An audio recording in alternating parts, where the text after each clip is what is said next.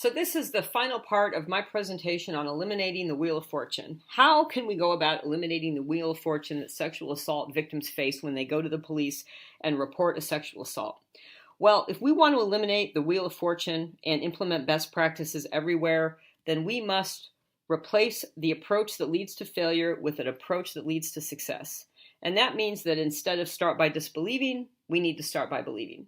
Instead of conducting an incomplete investigation, we must conduct a thorough investigation of every report of sexual assault. Instead of relying on confirmation bias, we need to avoid confirmation bias. We need to conquer it and look at what all the evidence is telling us. And then instead of using electronic evidence without considering its limitations, we need to understand the limitations of electronic evidence. We need to make sure that we are using evidence, that we are looking at all of the evidence, and that we are making arguments that are supported by all of the evidence. And then finally, instead of pressuring victims to retract their allegations and then charging them with false reporting, we should not be pressuring victims to recant. False reporting charges should not be brought without clear evidence establishing that no crime was committed or attempted against the complainant. And we need to keep in mind as well that a recantation alone is never enough evidence to charge a victim with false reporting. And that is because victims will so frequently recant just to get away from an officer who is causing them further trauma. So I like to think about the notion that bringing false reporting charges against a sexual assault victim is kind of like throwing puzzle pieces in the trash. I think this is a really helpful metaphor because many rapes are carried out by serial rapists. And, most of us know that. And each victim of a serial rapist is like a piece of the puzzle.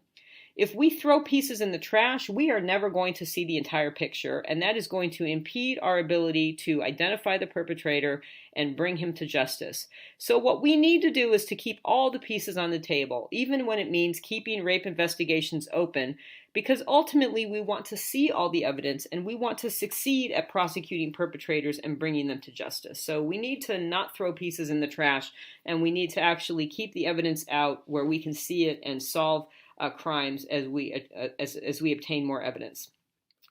Also, once we understand that the practice of bringing false reporting charges against actual victims typically results from failed rape investigations, then we are in a position to critically analyze this course of action when we see it. When we realize that some officers use false reporting charges to cover up botched, incomplete, or never started investigations, then we can push back. We can ask penetrating questions about the investigation and training of the officers rather than accepting their statements uncritically when they announce such charges. Whether we are a victim advocate, a journalist, a prosecutor, a layperson, all of us have a role to play here. So for instance, if you are a journalist, when a law enforcement agency issues a press release saying that they have charged a sexual assault victim with false reporting, please use what you've learned today to push back. Ask them what sort of sexual assault investigation training they've had. Ask them whether they thoroughly investigated the case and what evidence they have that proves that the person lied. Ask them if there is any evidence that corroborated the complaint which they are disregarding. And if you are a victim advocate, consider how you might use this information to push back when an officer wants to charge someone with false reporting. Challenge the officer if you think there's evidence that's being overlooked, or if you think the interview has turned into an interrogation. Let the complainant know that they do not have to continue speaking with an officer who is not helping them, that they are not in custody, and they are free to go if they don't like how they are being treated. And whatever role you play, are you aware of neighboring law enforcement agencies that do not handle sexual assault cases adequately? Can you help them get the training they need?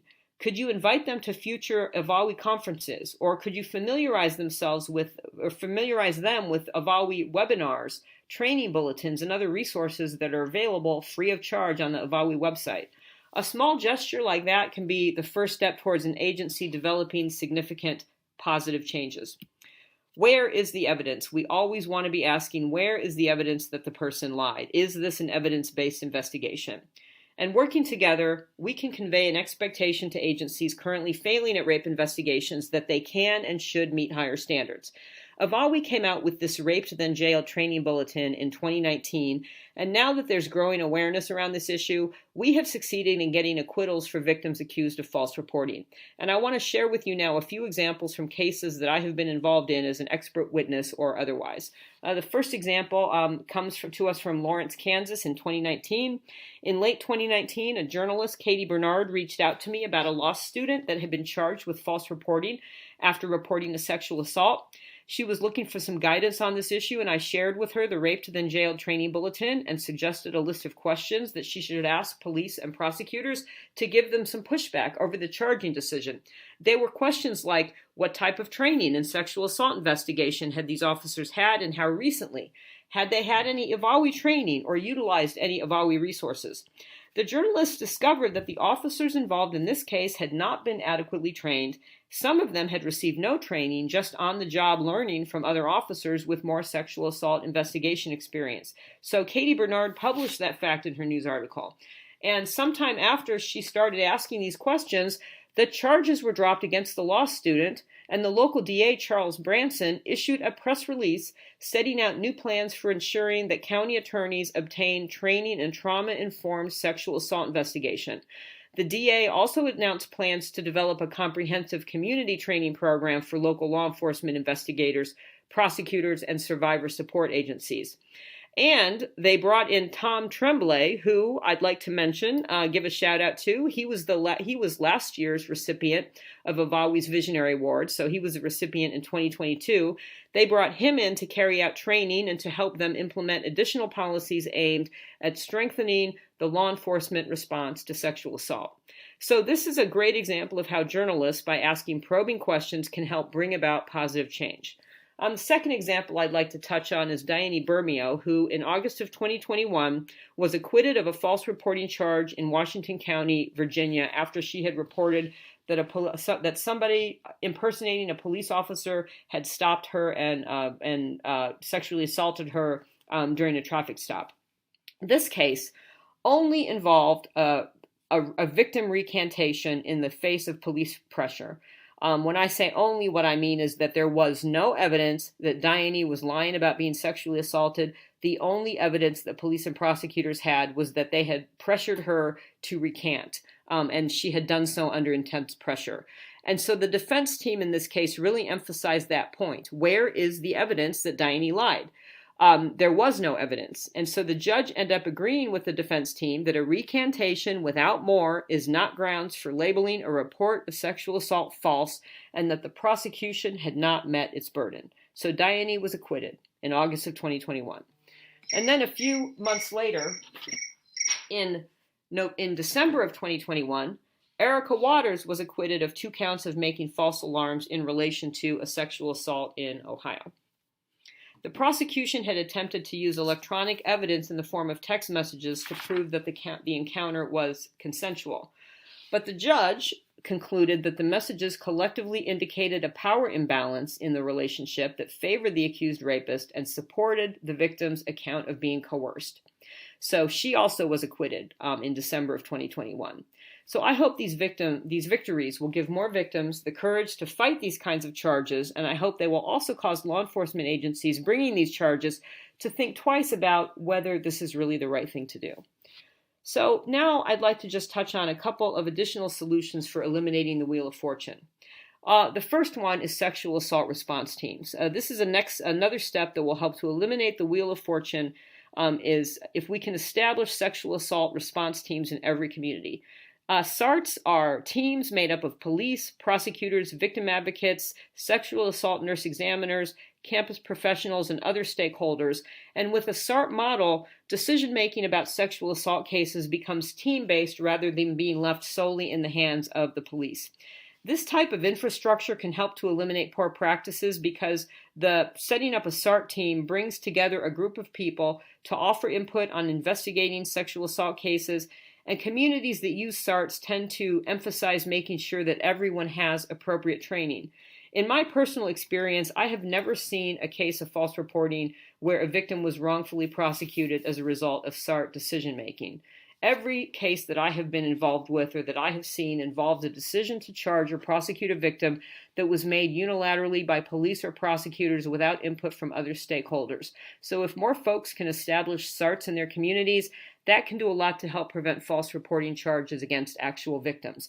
If the notion of a SART is brand new to you, you can find many resources, webinars, and training bulletins on the VAWI website that talk about what they are and how to set them up. Finally, I'd like to just touch on the Illinois Sexual Assault Incident Procedure Act and the idea here that there may be others in the community watching this video who are also in a position to lobby for legislative change that can help provide greater protections for victims of sexual assault. So the great state of Illinois has demonstrated that we can build appropriate best practices into our systems via legislative reform.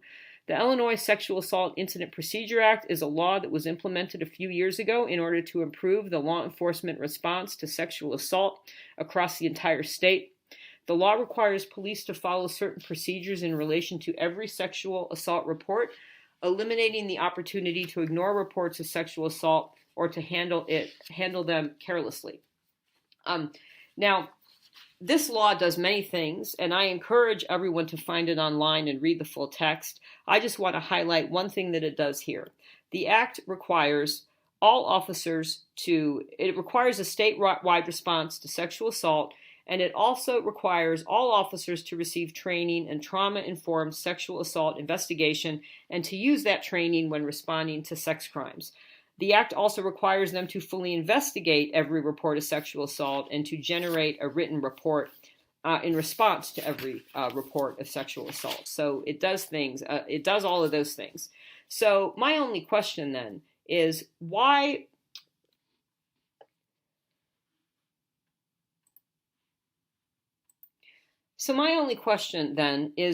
is Illinois the only state and the only jurisdiction, as far as I know, with a law like this? And how many of you might be in positions where you could lobby your state senators or representatives to pass a similar act in your state? We need a law like this in every jurisdiction. It basically requires police to do the job that everyone assumes that they do without a law. The Illinois materials are available online if you Google this act, and they can be downloaded and used as the basis for proposed legislation elsewhere. So I will leave things there. The 3 steps that will help us eliminate the wheel of fortune that victims face include abandoning investigatory practices that fail and embracing practices that succeed, establishing SARTs in our communities, and lobbying for legislative reforms that will ensure that all victims of sexual assault get the response they need from those in authority. And I'd also like to leave you with one other final parting thought on the policy implications of false reporting charges. Gail's case is still a work in progress. Her assailant has not been identified, but it highlights another policy concern that comes with the territory of charging complainants with false reporting. Once someone has been branded a liar, where do they go if they're raped again? What types of charges? Where do they go if they are raped again? These types of charges create a category of people who can never go to the police to report a rape again and who have been publicly branded in the press as liars. They are even more vulnerable to sexual assault as a result. What kind of world are we creating when we do this? This is a problem that nobody has addressed, and this problem reinforces the need to try to avoid bringing these kinds of charges in the first place. So let's eliminate the wheel of fortune.